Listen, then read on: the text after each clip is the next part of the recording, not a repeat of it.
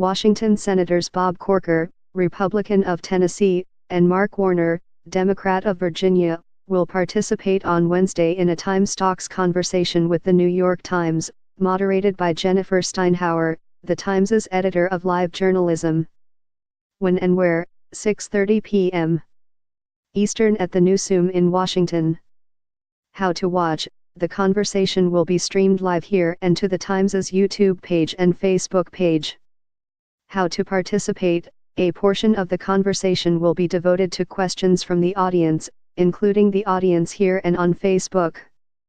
Follow along and put your questions in the comment section, and they may be relayed to Mr.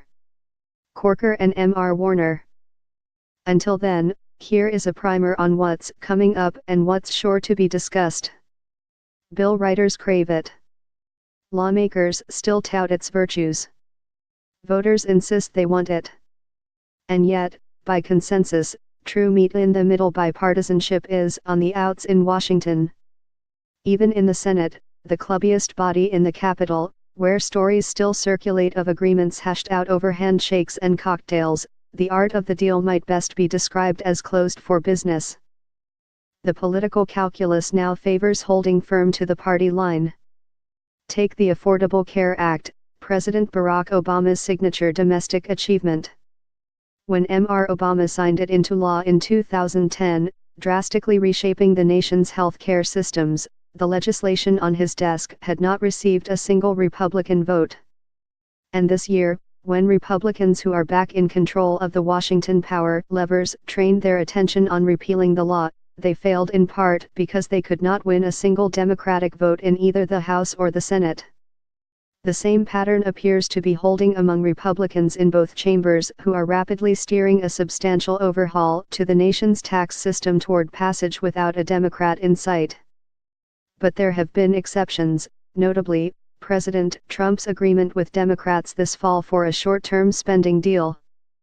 Moderate senators in both parties still hope to vote on a bipartisan agreement brokered to stabilize the insurance markets. And then there are Mr. Corker and Mr. Warner, two Southern senators who, largely by accident, have broken the partisan mold in Mr. Trump's Washington. As the chairman of the Senate Foreign Relations Committee, Mr. Corker was already one of the most powerful Republicans on Capitol Hill. During his 2 terms in Washington, the conservative lawmaker had earned a reputation for being willing to negotiate with Democrats. Then he decided not to seek re-election. In the weeks since, Mr. Corker has emerged as one of Mr. Trump's chief Republican critics, often joining Democrats in critiquing the president and his party's acquiescence.